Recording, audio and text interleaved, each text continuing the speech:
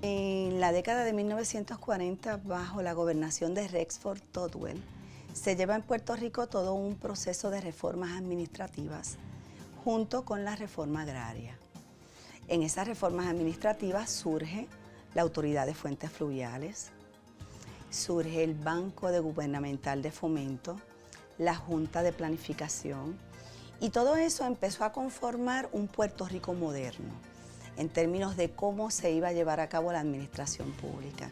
Toda la infraestructura en términos de represas, la administración pública, en el proceso de educación. Puerto Rico entonces se va a convertir en este lugar donde no solamente vienen los que dentro de Estados Unidos eran las personas que más estaban identificadas al programa del Nuevo Trato de Roosevelt, ¿verdad? Como van a ser el caso de algunas personas que van a ser muy importantes en Puerto Rico, como Jack Delano, que viene originalmente dentro de ese grupo de personas, ¿verdad? Otras personas que vinieron, estuvieron un tiempo, después se fueron, pero que van a ser bien importantes en las ciencias sociales, como Sidney Means, ¿verdad? Eran todas personas que estaban muy identificados con esa visión de un gobierno más activo en distintos campos, porque en el campo, por ejemplo, de Jack Delano, pues era en la educación a la comunidad, el desarrollo de las comunicaciones, el desarrollo de la estación,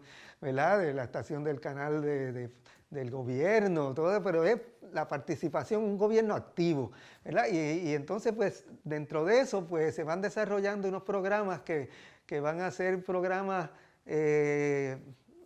ejemplares. No podemos perder de vista que la década del 40 formó el momento de la modernidad en Puerto Rico en términos de la infraestructura gubernamental. Y fue el momento donde la economía de Puerto Rico, que venía del 30, de una gran depresión, de alguna manera el contexto de la guerra permitió que Puerto Rico desarrollara una economía destinada a la sustitución de importación. Y entonces en el 40 vemos las fábricas de cemento, las fábricas de zapatos, vemos cómo la agricultura empieza a trabajar más allá de lo que era el monocultivo del 30. Durante la Segunda Guerra Mundial se había creado la Comisión del Caribe, que era para ayudar a las colonias de los imperios europeos, Gran Bretaña, etc. Y Estados Unidos era parte de eso y Puerto Rico era eso. Y los puertorriqueños empezaron a formar parte de la Comisión del Caribe. Y la Comisión del Caribe tenemos que verla en el contexto del periodo de posguerra. De 1942 al 46, Inglaterra y Estados Unidos conformaban la Comisión Angloamericana. Lo que tenía como propósito era la seguridad estratégica del Caribe en el contexto de la guerra. Y una vez finaliza la Segunda Guerra Mundial, son invitados a participar Estados Unidos y Francia. Entonces tiene Estados Unidos, Francia, Inglaterra. En la Comisión del Caribe tenían 2 personas del gobierno metropolitano y 2 personas de los territorios coloniales. Fue la primera experiencia regional de participación de los territorios coloniales junto con los poderes metropolitanos. Cada vez más Estados Unidos le prestaba menos atención a la Comisión del Caribe y los puertorriqueños se insertaban en la Comisión del Caribe como una forma de promover la colaboración regional. En 1948, la Comisión del Caribe le solicita al gobernador de Puerto Rico, a Jesús T. Piñero, que le permita que le ofrezca unas becas para que estudiantes del Caribe vinieran a Puerto Rico. Llegaron a Puerto Rico 30 estudiantes a la Escuela Vocacional Miguel Sucho. Ese es el inicio, ¿no?, de esa colaboración más allá del asesoramiento, sino de Puerto Rico como centro de adiestramiento, como ejemplo en ese momento de lo que era la educación superior. Llegan a la Escuela Miguel Sucho a estudiar mecánica, a estudiar repostería, todo lo que tenía que ver con trabajo técnico. Estaban aquí por espacio de 2 años. Y el gobierno de Puerto Rico sufragaba todos los gastos. aquí había unas cosas que en Estados Unidos eran consideradas socialismo, eso de la planificación, se asociaba mucho al comunismo en Latinoamérica, y aquí había una escuela de planificación que precisamente el gobernador Tocqueville era enamorado de ese proceso, ¿no? Y es el arquitecto de la rama de gobierno. Así que esa transformación que empieza en esa década de los 40 es lo que en la primera fase del punto cuarto de Muñoz ocurre. El presidente Harry S. Truman, en su discurso inaugural, en enero de 1949, esboza dentro del discurso 4 puntos.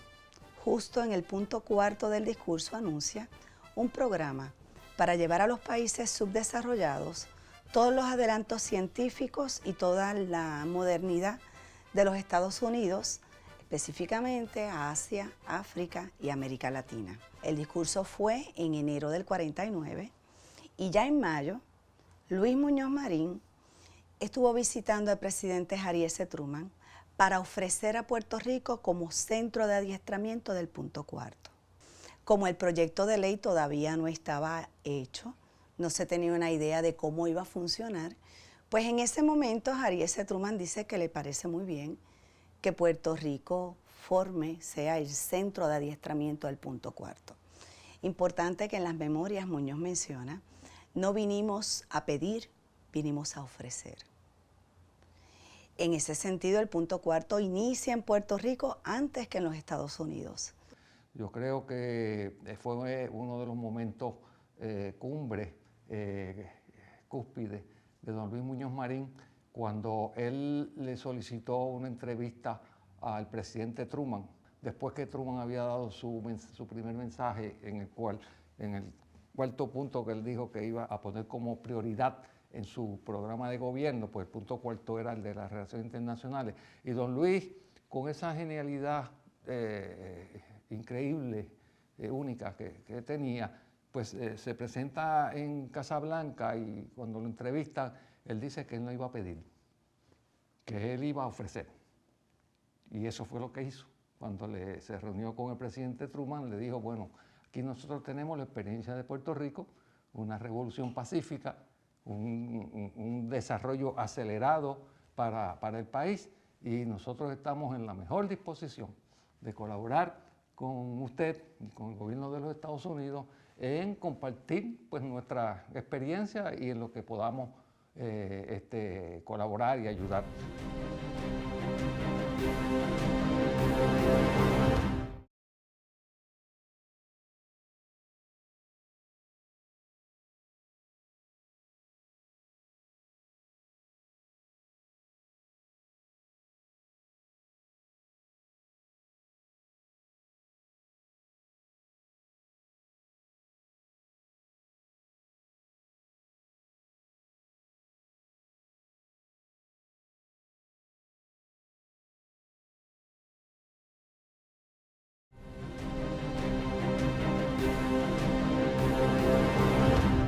El punto cuarto hay que ubicarlo en ese cambio entre un gobierno regulador a un gobierno activo, donde el gobierno participa de una forma ya en la planificación y en la administración como un elemento bien importante en la sociedad. Él propuso 4 cosas para la agenda internacional, ¿verdad? La primera, el apoyo completo de los Estados Unidos a las Naciones Unidas. La segunda, el apoyo a las democracias. La tercera, la ayuda financiera, reconociendo que Europa estaba destruido. Y la cuarta, hace este programa que es novel desde el punto de vista de lo que llamaban el imperialismo americano militar. O sea, que Estados Unidos tenía un poder tecnológico enorme y que eso debiera ser algo que Estados Unidos ayudara a diseminar por el mundo, ¿verdad? Y fue un proyecto muy importante. Puerto Rico se convierte en el último grito del nuevo trato. Tenía un gobierno, ¿verdad?, populista, que quería unos cambios en el país, que tenía un apoyo popular muy grande y que tenía además una base muy fuerte en el sector profesional. El presidente Truman, pues que estaba sí bien necesitado de ese tipo de colaboración, pues la aprovechó de inmediato, y entonces ahí fue que se inició el programa del punto cuarto, que originalmente estuvo adscrito a la Junta de Planificación de Puerto Rico, y el intercambio de estudiantes fue uno de sus programas más fuertes. Las becas que se otorgaron en el 48 hasta el 50 fueron sufragados por el gobierno de Puerto Rico.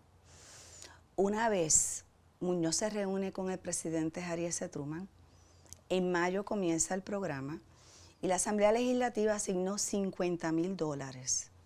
Y hay que tomar en consideración lo que significaba eso, ¿no?, en la década de 1950. Luego se iban a seguir asignando $35,000 anualmente. En términos de cómo se llevó a cabo el proceso y cuántos llegaron, en mi tesis de maestría en la investigación yo pude identificar a 1,023 personas.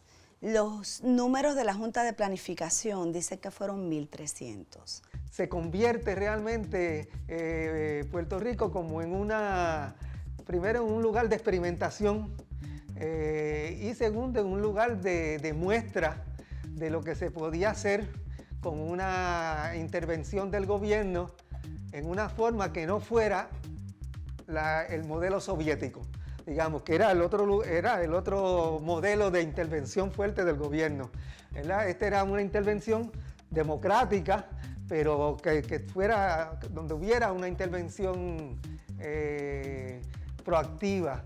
Y entonces ahí pasa el bien importante el elemento de la planificación y el elemento de la administración pública. ¿De qué países es lo más que llama la atención?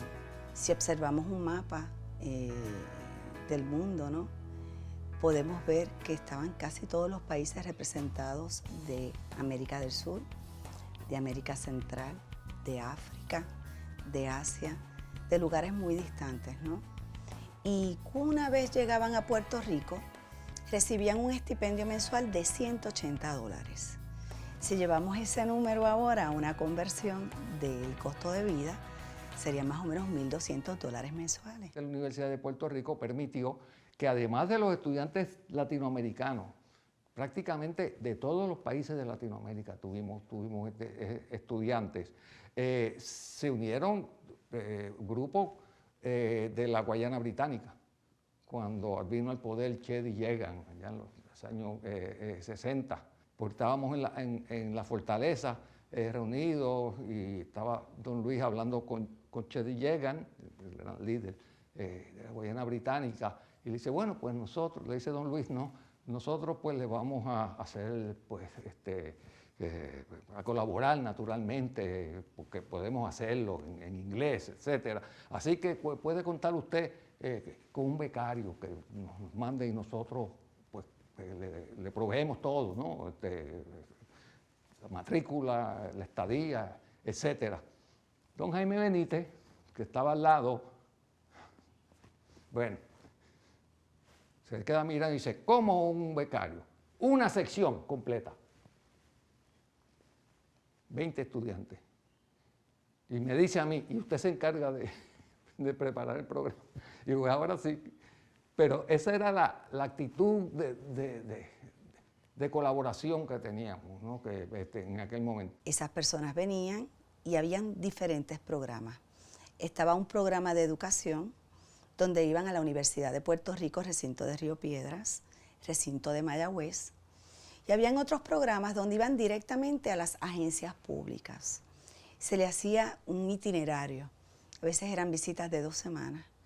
Se le daba una charla sobre la situación política de Puerto Rico, el desarrollo jurídico político de este proceso de la ley de gobernador electivo, la elección de Muñoz en el 50, la ley 600, el Estado Libre Asociado, y luego del desarrollo económico en términos de manos a la obra. El otro grupo bien significativo, y que con ese sí mantuvimos una relación más intensa después que terminó el programa formal, fue con el grupo de estudiantes dominicanos. Porque cuando muere Trujillo, es de conocimiento en general la relación tensa que siempre hubo entre Muñoz y Trujillo. Muñoz nunca aceptó que Trujillo lo tuviéramos ahí por más de 30 años, ¿no?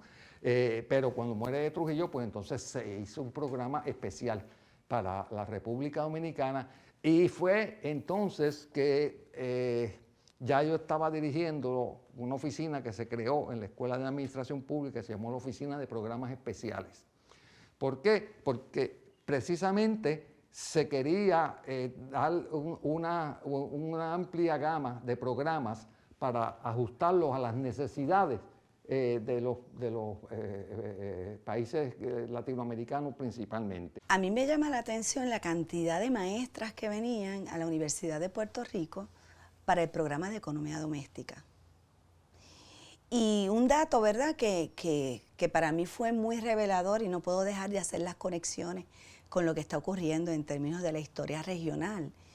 Y es que en 1954, cuando ocurre el golpe de Estado a Jacobo Arbenz, que de más está decir que la CIA participó en el mismo, un mes después llegan a Puerto Rico 100 maestras a estudiar en la Universidad de Puerto Rico. Y entonces es como, ¿no?, en medio de una situación política, de un cambio en la política de ese país por un golpe de Estado, Puerto Rico representa entonces un modelo. Voy a hablar del licenciado Raimundo Amaro Guzmán, que en una ocasión fue el servidor público de más, que aquí llamamos de confianza. Él era director, el equivalente al director de personal en el gobierno de Puerto Rico, y lo fue como por 30 años, el del más extenso periodo de servicio en toda Latinoamérica.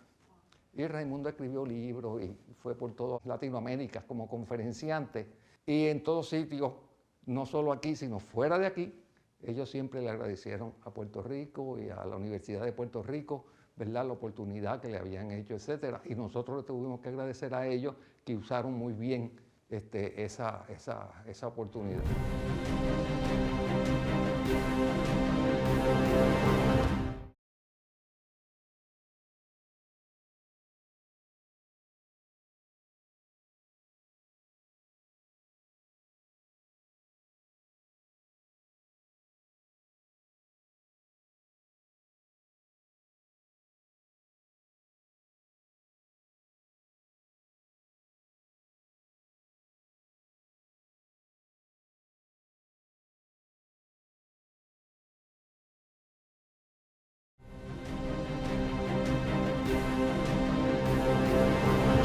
Una de las grandes virtudes de la administración Muñoz Marín en todo su tiempo era que no eran iniciativas aisladas, sino todo era un plan concertado, de todas dimensiones. En el campo de la educación, un campo que es vital en todos los países, en todas las naciones, se hizo una contribución extraordinaria. En la Universidad de Puerto Rico yo trabajé en el Departamento de Economía a nivel graduado y subgraduado. Y habían ahí estudiantes puertorriqueños y fuera de Puerto Rico también vinieron a mi clase. Y yo estaba enseñando en esta época política fiscal, política monetaria e instrumento de desarrollo económico y también planificación, programación, presupuesto y evaluación. Y fue esencialmente tarea que teníamos que hacerlo. Habían estudiantes puertorriqueños y vinieron fuera de Puerto Rico también. Fue una isla escuela porque los mismos estudiantes que venían, y modestamente lo tengo que decir, yo trabajé con más de 1000 estudiantes. Y eso es lo que querían exportar. Y por eso traen gente a que aprenda de administración pública. Aunque parezca esto una gran añoranza, pues es una cuestión histórica. En aquella época la administración pública de Puerto Rico era ejemplo de carácter internacional.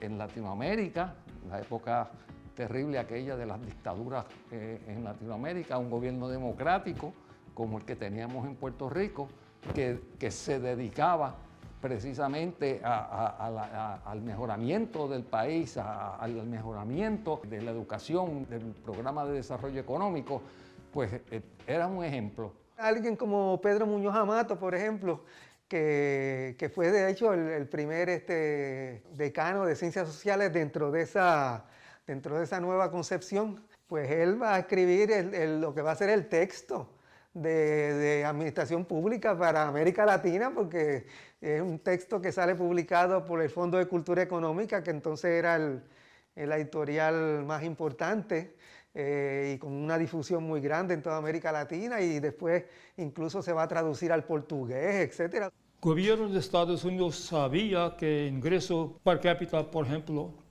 de puertorriqueños fue un poquito más de $100 en 1930. Por razón de que ocurrió en el 50, este ingreso per cápita llegó casi $800. Y Estados Unidos en esta época tenía mucho interés a decir a diferentes países que, mire, si ustedes van a hacer qué hizo Puerto Rico, ustedes también pueden mejorar el ingreso y también nivel de vida de familia de ustedes.